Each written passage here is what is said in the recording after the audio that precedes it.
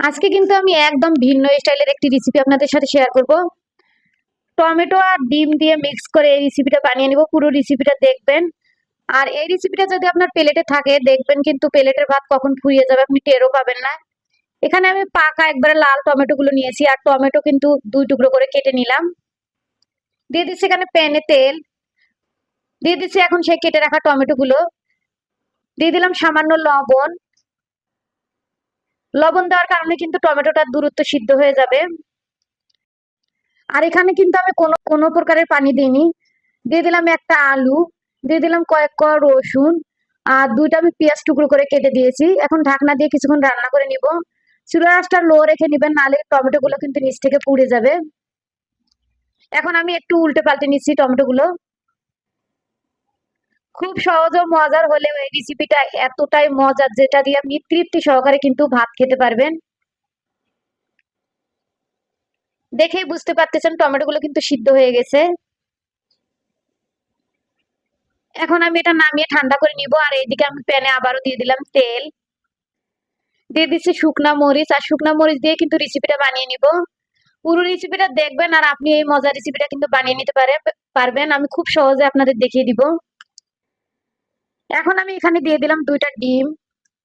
চুলার আঁচটা লো রেখে আমি ডিমগুলো কিন্তু ঝুরি করে নিচ্ছি।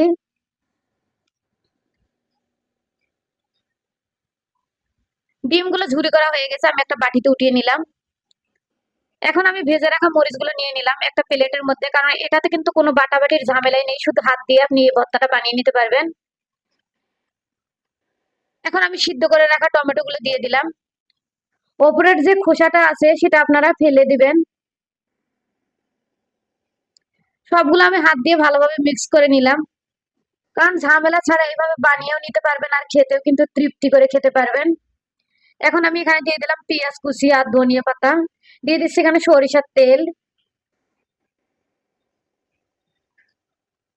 খুব সহজ ও মজার রেসিপি পেতে আমার চ্যানেল ও পেজটিকে ফলো করে পাশে থাকবেন। এখন আমি দিয়ে দিলাম এখানে ডিম ঝুরি। আবারও আমি হাত দিয়ে কিন্তু সবকিছু ভালোভাবে মিক্স করে নিচ্ছি। আজকের রেসিপিটা যদি ভালো লাগে শেয়ার করে দিবেন। আর আপনি কোথা থেকে আমার ভিডিওটি দেখছেন তা মন্তব্য করুন, যাতে আপনাকে আমি ধন্যবাদ দিতে পারি।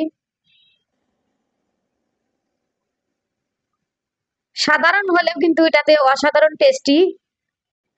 এই তো দেখিয়ে দিলাম আমি মজার একদম ভিন্ন স্টাইলের একটি টমেটো ভর্তা রেসিপি। আশা করি আজকের রেসিপিটা আপনাদের ভালো লেগেছে। একদম ঝামেলা ছাড়া দেখিয়ে দিলাম। অনেক মজা হয়েছে, এটা কিন্তু গরম ভাতের সাথে একদম জমে উঠবে। সবাই ভালো থাকবেন, সুস্থ থাকবেন। আজকের মতো এই পর্যন্ত। আল্লাহ হাফেজ।